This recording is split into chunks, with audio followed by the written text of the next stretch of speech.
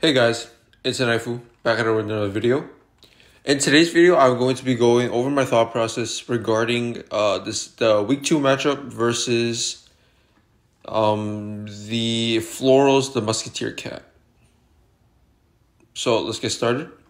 So going over the team, let's start with Musketeer, Urshifu Rapid Strike, Latias, Alolan Raichu, Paldean, Tauros, Aqua, Gudra, Mandibuzz, Crocodile, Ceruledge, Hatterene, Iron Boulder, and Galvantula.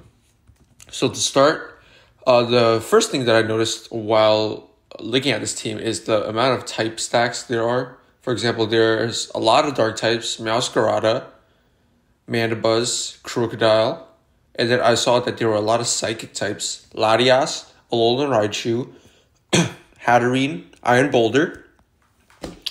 And then I also saw that regarding my team, this week Grimmsnarl was going to be absolutely dominating. I knew this because if you see their team, what really tanks a dark or a fairy type move? Literally the only thing that might tank either is maybe Galvantula, and in the end it's Galvantula. You don't want it to tank. Because look, Musketeer, Spirit Break, Urshifu Rapid Strike, Spirit Break, Latias, Spirit Break, Sucker Punch, Raichu, Sucker Punch, Aqua, Tauros, Spirit Break, Gudra, Spirit Break, Mandibuzz, Spirit Break, Crocodile, Spirit Break, Ceruledge, Sucker Punch, especially with weak armor. I get to OHKO this thing. Hatterene is the one thing that could probably tank, but still Sucker Punch does an absolute shit ton.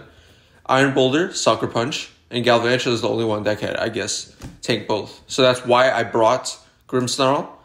I decided on Prankster Grimmsnarl, like usual. I chose Light Clay because I want to set up Reflect. If you look at the rest of my team, Corviknight is the only one that could really take any physical hits.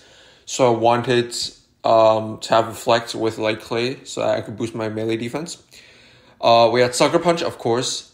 I wanted to hit, everything for priority damage. And I also wanted to be able to stop Ceruledge, and just in case it got like a Swords Dance and a weak armor up, I just wanted to be able to OHKO it. We had Spirit Break because, again, this team is very dark heavy, so I wanted a Spirit type move. And then Parting Shot is nice because I wanted priority pivot is always nice. And then for the investments, I didn't even go like any investments into attack because there's really no point. The team's overall is pretty frail. Everything I need to hit basically could die to my super effective moves. So I just did max HP and max SPDEF because I had Reflect. And I had Impish Nature, so I wasn't scared of physical attacks. Next, I knew that, Grimmsnarl was going to be my main point of attack with its fairy typing, but I wanted another fairy type. So I decided to use one of my Terra Captains. I got Gengar. So my whole thought process of Gengar was that, hey, the dark types are going to want to switch into my Gengar, of course, because, it's a ghost type. They're going to want to stay in and click a dark type move. But then I'm going to be able to Terra Fairy into a Stab Dazzling Gleam with Expert Belt, which could probably take out Musketeer or Urshifu, maybe even Latias, but you probably wouldn't want to stay in against Latias, Tauros, Aqua, etc. So yeah, we had Dazzling Gleam, of course, because I want to stab after Terra. Thunderbolt for coverage. Shadow Ball, Sludge Wave for dual stab. And then, of course, regular EVs, max special attack, max speed, timid. And then I needed a physical tank because I wanted to be able to stop things like Moxie Crocodile in case that got out of hand. So I got Corviknight with Rocky Helmet because I wanted some chip damage on melee attackers. Mirror Armor in case, Crunch gave me like a defense boost, a defensive drop, I could reflect that back and maybe hit back with something like a super effective Body Press. So we have Body Press, U-Turn for slow pivot, Roost for healing, and Defog in case they set up hazards with things like Galvantula. And then just the regular EV spread for Corviknight, max HP, max defense, and Impish Nature. Next, we have Whimsicott. I brought Whimsicott last week. I really liked how it performed. I also really liked how I could basically control any speed tier with this one Pokemon. So I brought, of course, Prankster, Whimsicott. Something different this week is I decided to run Moonblast with max special attack because of how, Fairy Week this team is. So I decided Moonblast. I wanted Encore just in case Cerule Edge, like if I could catch Cerule Edge on the Swords Dance, or let's say, what else is there? Iron Boulder on the Swords Dance. I could Encore, reset the tempo, set up a Tailwind, or defog away some Galvantula webs. And then, of course, we had defog for hazard removal, Tailwind, and Moonblast. Next, I noticed that my only melee attacker was Grimmsnarl, and I didn't like the sound of that, so I decided to bring another melee attacker in the form of Cinderace. Cinderace, of course, Libero. I can hit anything I want. This team, in being pretty Fairy Week, you're also pretty Bug Week. I can hit Hatterene, Iron Boulder. What else is there? Crocodile, Alolan Raichu, Latias, Masquerada for Bug super effective. So I got U-Turn, High Jump Kick, again, really nice stab option, a huge nuke, Pyro Ball for things like Galvantula in case I already broke its sash, and the Sucker Punch because I wanted another Sucker Puncher. I didn't want Grimmsnarl to be my only Sucker Punch and my only way of stopping Cerule Edge. And then I ran Choice Band because I thought that the extra damage boost was going to be crucial during the match. And then regular EVs, max attack, max special attack, Jolly Nature. And then lastly, I got myself a Mew. See, this is one of the things that I love about Mew.